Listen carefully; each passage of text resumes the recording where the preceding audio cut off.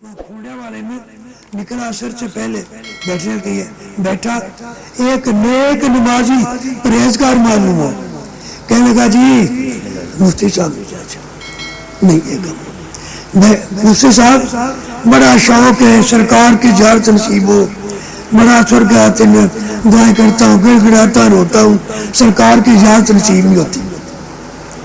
میں نے کہا درود پاک پڑھا کرو، وہ سمجھا مجھے ٹھٹھا رہا، درود پاک پڑھا جائے۔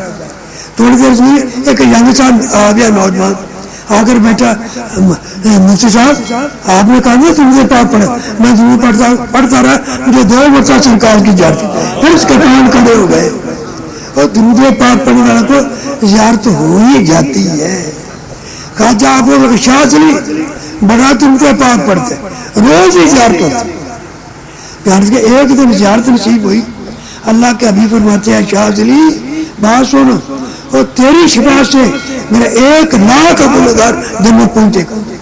مزہ ہوا نا درود پاک پڑھنا، تیری شفاعت سے 1 لاکھ گنہگار جن کے حق پہ فیصلہ نیچے توڑنے گناہ زیادہ پکڑو ان کو جنت بھیجو، تیری شفاعت سے 1 لاکھ میرا متق بک جائے گا۔ یا رسول اللہ مجھے تو کوئی یاد نہیں کون سا میرا عمل ہے، کس وجہ سے مجھے نام ہے، میں تو درود پاک بھی پڑھتا رہتا، یہ اسی وجہ ہے تو درود پاک پڑھتا رہتا۔ کیا برکتیں، کیا اندر درود پاک، سبحان اللہ۔ غور کرو، بڑی شان بڑی برکتیں درود پاک کی، تو یہ رات درود پاک پڑھنے کی ہے۔ میں نے اس لیے چاہتا تھا پڑھو درود پاک، ساری رات درود پاک پڑھو، شوق سے پڑھو، ذوق سے پڑھو، محبت سے پڑھو، عقیدے سے پڑھو، توجہ کے ساتھ پڑھو، درود پاک پڑھو۔ کس میں جاگ اٹھے بس کرم کی بات ہے، وہ ایسے اللہ کے بھی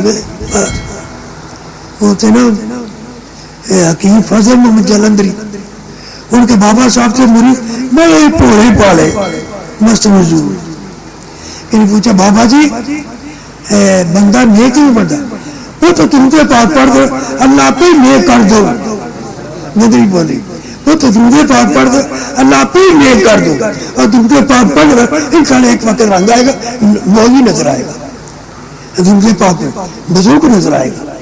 ہاں ایسی برکت درود پاک، بڑی برکتیں درود پاک، سبحان اللہ کیا کہنا۔ اللہ کے حبیب فرماتے ہیں میں ہوں اللہ کا حبیب، یہ حدیث پاک کثیرۃ الاسرار کے اندر فرمایا، اور میں ہوں اللہ کا حبیب، مجھ پر درود پڑھنا میرا معلوم ہے، جو خدا کا محبوب بننا چاہے اس کا حبیب پر خوب درود پاک پڑھے، وہ درود پاک پڑھنے سے خدا کا محبوب بن جائے گا۔